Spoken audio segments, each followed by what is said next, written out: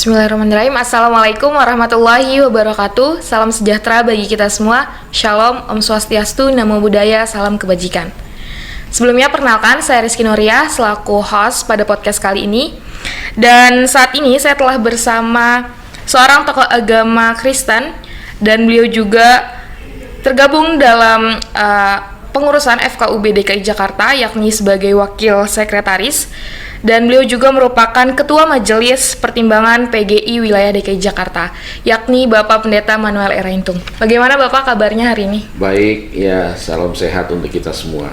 Ya baik, teman-teman semua di sana harus tahu bahwasanya pada podcast kali ini kita akan membahas mengenai strategi komunikasi tokoh agama dalam menanamkan nilai toleransi antar umat beragama.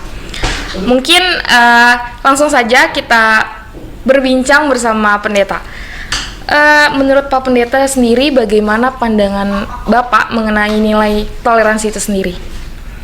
Ya, toleransi itu indikatornya ya harus ada kesetaraan.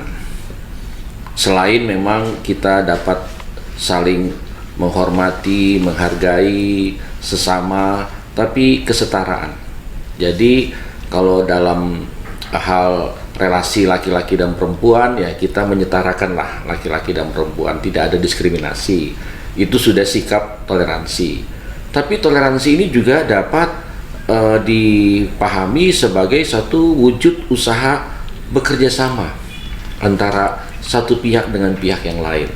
Nah, kalau kita seringkali mengetahui bahwa toleransi itu dipakai dalam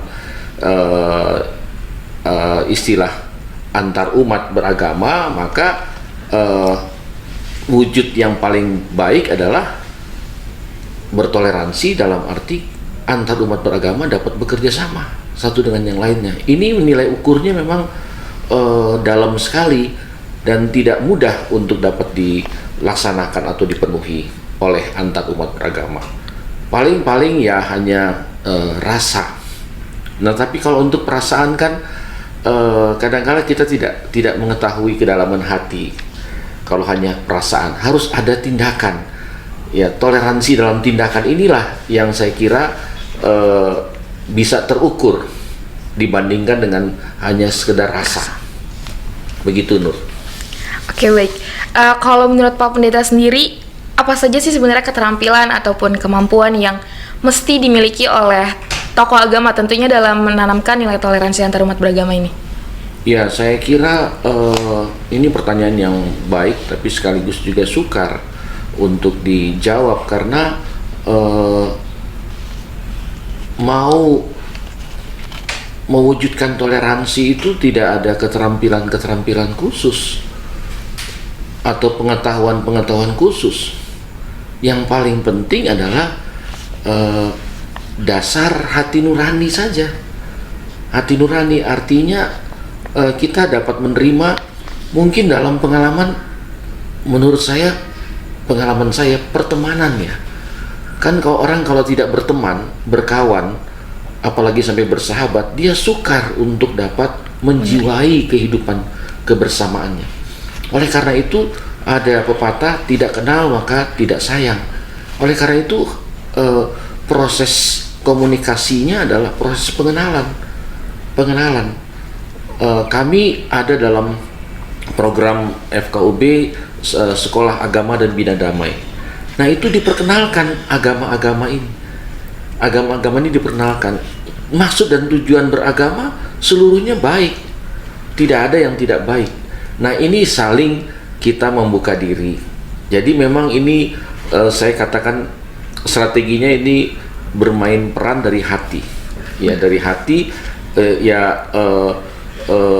bagaimana kita bisa mencerdaskan emosi ini, ya ini kan ada kecerdasan emosi yang bisa diukur juga, karena kalau lihat perbedaan, seringkali kita kalau tidak punya kecerdasan emosi, wah kita bisa menyikapinya berlebihan. Jadi mungkin bisa dikatakan ya keterampilannya ya bisa cerdas emosi lah, ya cerdas spiritual dalam hal ini. Dan tentunya membangun relasi dengan agama-agama bahkan majelis-majelis agama yang lain gitu ya, Pak? Mungkin harus sebanyak-banyaknya kita berkenalan, berkawan, bersahabat dengan para pemuka-pemuka agama. Saya selalu mengatakan pada rekan-rekan saya pendeta, berapa di HP-mu, kawan atau kenalanmu yang kau simpan nomor HP-nya yang merupakan dia tokoh agama, seperti itu. Kalau bisa ada lebih dari 5 saja, wah itu sudah baik ya, apalagi 10, apalagi 20. Nah itu ya, karena keinginan kita untuk berteman atau berkawan dengan pemuka agama lain itu juga tidak mudah menurut saya ya, seperti itu. Oke, baik Pak. Selanjutnya kalau dari Bapak sendiri, kira-kira apa sih Pak kelebihan dari FKUB DKI Jakarta itu sendiri dalam menanamkan nilai toleransi antar umat beragama? Iya, saya lebih dari 10 tahun di FKUB Provinsi DKI Jakarta. Banyak hal yang bisa diyakinkan bahwa usaha-usaha untuk membangun toleransi itu dilakukan. Memang harus pertama kali adalah anggotanya. FKUB ini kan ada 21 orang. 21 orang terdiri dari masing-masing perwakilan agama-agama. Nah, kita harus betul-betul menyatu sebagai anggota FKUB. Untuk betul-betul menyatu, yang saya maksudkan adalah kesatuan hati, kesatuan pikiran, ya, kesatuan perasaan itu juga. Ya, kalau sampai di antara anggota FKUB tidak terbuka, ya itu kegagalan. Ya, jadi memang kita harus sama-sama terbuka, sama-sama memiliki kesukaan untuk berelasi. Nah, FKUB DKI Jakarta ini banyak programnya dalam rangka membangun toleransi, seperti tupoksinya FKUB untuk bisa melakukan dialog-dialog, lalu menerima aspirasi-aspirasi. Dalam programnya sudah cukup jelas, bahkan membangun kebersamaan di lintasan majelis agama. Ini yang kami lakukan, dan saya kira saat ini FKUB ini sudah berapa? 16 dari 2006 ya, jadi 16 tahun lah, atau dari 2007 lah, 15 tahun FKUB. Jalinan di antara kemajelisan agama itu sudah terukur lah, ya, sudah terukur. Jadi saya kira 5 tahun pertama masih dalam kesukaran, tapi dalam mencapai 10 tahun ber-FKUB itu sudah cair.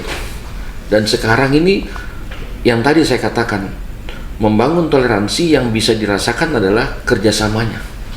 Nah, karena itu FKUB punya program dalam rangka membangun upaya-upaya toleransi, misalnya dengan sekolah agama dan bina damai Sabda itu, ya, itu dilakukan, dan kami mencetak atau mengkader kader-kader FKUB lah, ya, kader-kader kerukunan di kota Jakarta ini.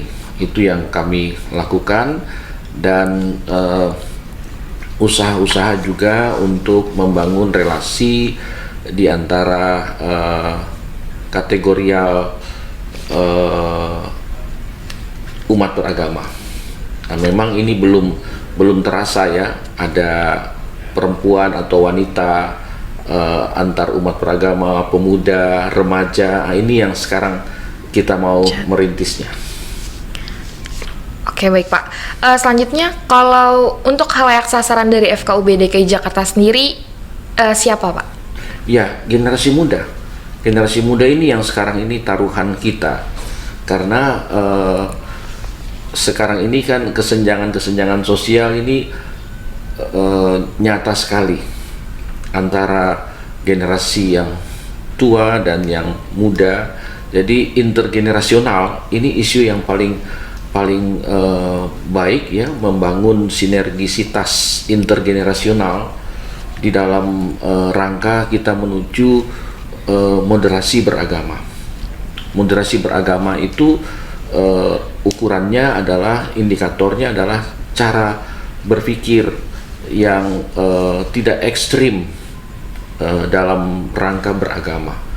Nah, saya kira di tengah-tengah konteks budaya digital sekarang ini banyak sekali ancaman hoax ataupun ujaran-ujaran kebencian yang dilakukan secara terbuka.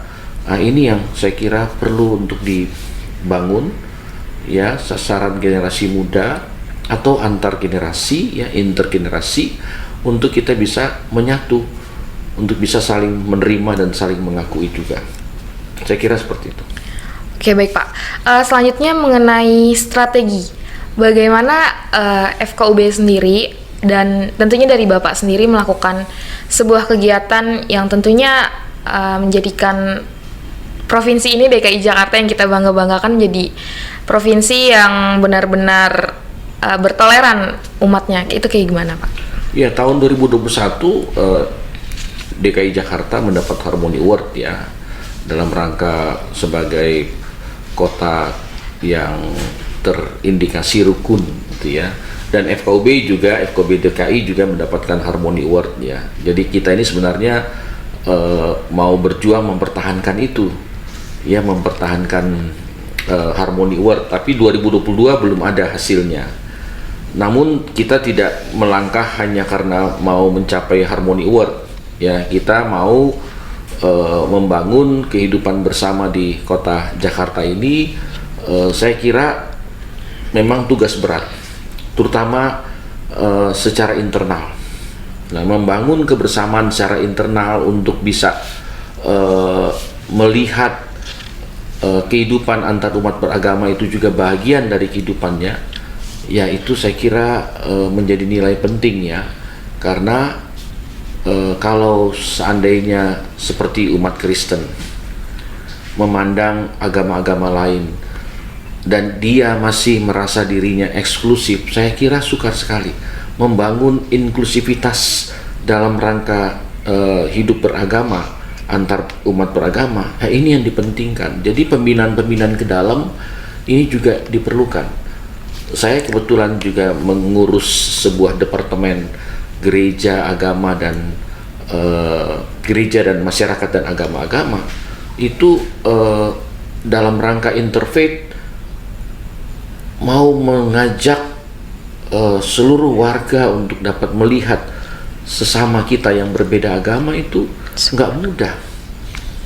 Nah, karena itu upaya-upaya yang dilakukan dengan ya harus bisa melakukan pembinaan-pembinaan interfaith ya, lalu melakukan kerjasama antar umat beragama itu dilakukan. Dalam rangka bulan Ramadan ini kami berinisiasi untuk mengadakan dialog dengan berbuka puasa bersama. Seperti itu kan aktivitas kerjasama yang bisa terukur, dan susah juga untuk mengajak gereja dalam hal ini untuk bisa terbuka seperti itu. Memangnya kita harus mikir Pak untuk beracara berbuka bersama. Lalu saya katakan bahwa justru itu yang harus kita tampilkan, yang sesederhana itu sederhana sekali, sederhana sekali. Nah, kalau bisa kita live in di pesantren, nah itu juga bagus untuk itu. Saya sudah pernah live in di pesantren seperti itu. Nah, masih banyak lagi yang lain, ada kemah kerja mungkin antar pemuda remaja atau pemuda gereja dan pemuda masjid atau remaja masjid ya, atau dengan generasi muda agama-agama antar agama. Itu saya kira baik sekali untuk dilakukan. Oke, baik Pak, terima kasih sebelumnya. Saya kira penonton yang ada di rumah atau mungkin ada di luar sana yang sedang mendengarkan sudah mendapatkan banyak insight dari Bapak terkait bagaimana strategi komunikasi seorang tokoh agama. Cukup sekian dari kami. Mohon maaf bila ada kesalahan. Wabillahi taufiq wal hidayah. Wassalamualaikum warahmatullahi wabarakatuh. Salam sehat. Salam sehat. Terima kasih.